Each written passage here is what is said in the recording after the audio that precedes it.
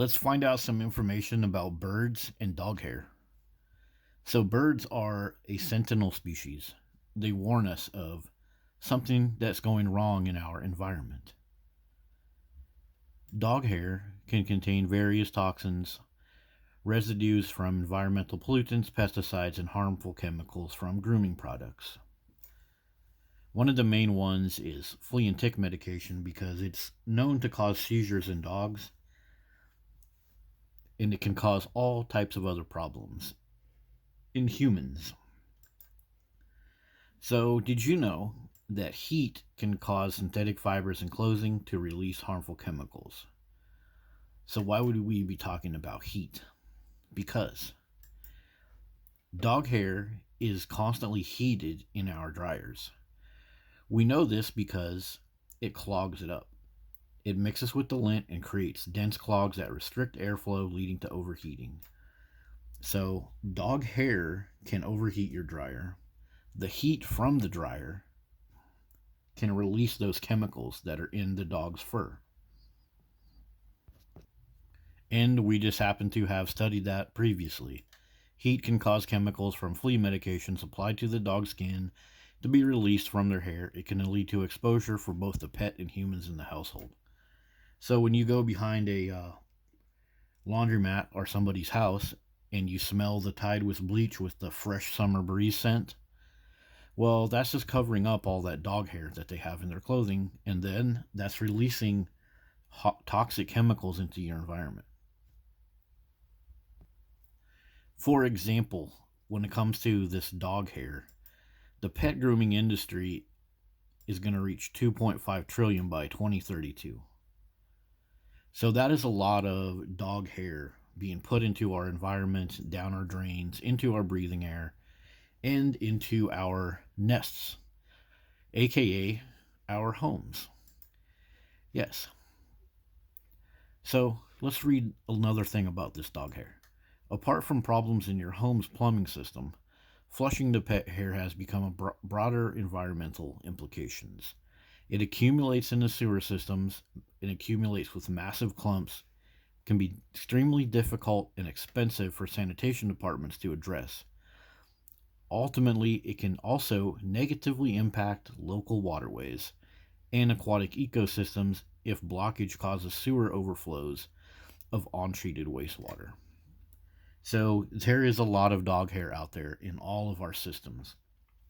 People wash their dogs at home without the proper traps. They wash them out in the yard, etc. So, one of the main things that is on this dog hair is called Fipronil. It's a flea and tick medication. Let's look at some of the effects of having this in your body. So you can get hyper reactivity, exaggerated reactions to stimuli. That's how dogs act. That's how dog owners act when you try to talk to them. You can also have tremors, uncontrolled shaking movements, involuntary contractions, convulsions, abnormal gait. Other symptoms include twitching, nodding, aggression. Oh, so you're giving our dogs this flea med that can cause aggression, and then you're putting it all over into the environment. Wow. Some of these symptoms just sound like what people might think is a common flu: dizziness, agitation, weakness, can cause local dermatitis or skin irritation. Wow.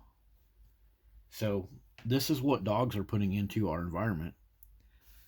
And the birds have warned us about this. But let's look around here. So acute illnesses associated with exposure to fipronil, surveillance data from 11 states. So we have the data, people. We have the data that this stuff is not good. And it's approved for dogs, right? But look at this. Few human toxicity data exist on fipronil. Well, that's not right. We shouldn't be giving this to the dogs because we're indirectly just giving it to the humans. They're rubbing on their dogs all day, kissing their dogs, sleeping with their dogs, nesting with their dogs, And this fipronil comes off in the fur and dander of the dogs. So, as you can see, anything that we give dogs is going to end up in our human systems no matter what. And now for our sentinel species, it's the birds. So, first off, a study from the University of Sussex found that blue and great tits using dog or cat fur in the nest were exposed to harmful chemicals, leading to increased mortality rates.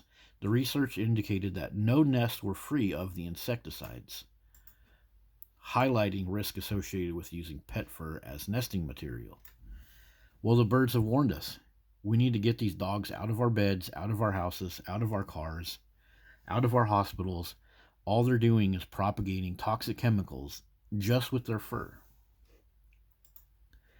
And birds in general have been having problems. Mysterious illness among American robins, crusty eyes, and neurological issues. Well, that flea med has a huge effect on neurological issues. They have difficulty standing. Wow. Well, a big thing is they're building their nest with this dog fur. Other bird populations since 1970 are suffering habitat loss. It says 3 billion birds lost in North America since 1970 due to habitat loss, climate change, and other human-related factors. Yeah, dog hair. So now let's go to YouTube. As you can see, people are constantly, they're still on this whole kick of using dog fur to make bird nests. Filming it. Oh, look at this. I saved all this hair for birds. I'm such a good person. No, your dog is on flea meds and you're giving all those flea meds to these birds. Bird collects fur from a sleeping dog 11 months ago. People think this is so cute and so great, giving themselves pats on the back for poisoning all of these bird populations. Yep. And people are going to say, probably, the dog owners will be like, well, my dog, he only eats a natural diet, so his fur is okay. That doesn't matter. 99% of everybody else's dog is pumped full of meds all the time. So you're just teaching these birds that it's okay. Taking these little videos of the bird popping around. It's maybe your dog only eats the ancestral diet or something like that. But the bird population doesn't know that. They can't sit there and ask you, hey, is this safe or not? You're basically teaching the birds that it's okay, and you're indirectly poisoning them with all the meds that you give your dog. And so now we're over on Amazon. Look at some of these. Frontline flea and tick medication, but look at the numbers. 10K sold. 3K sold. Look at the crazy amounts. 47.4K 5-star reviews. These medications are flying off the counter, and they're going into the dogs, then they're going right into your drinking water, your sewer water, your environment, and the birds are trying to tell you something. They're trying to tell you something about all this. If you notice this little thing here, it says no cats. That's because some of this stuff is so strong that it'll make the cats have all types of tremors and stuff. So they know that this stuff has a terrible neurological effect, but they're fine giving it to your dog because, well, dog rules are different, but they're indirectly giving it to you.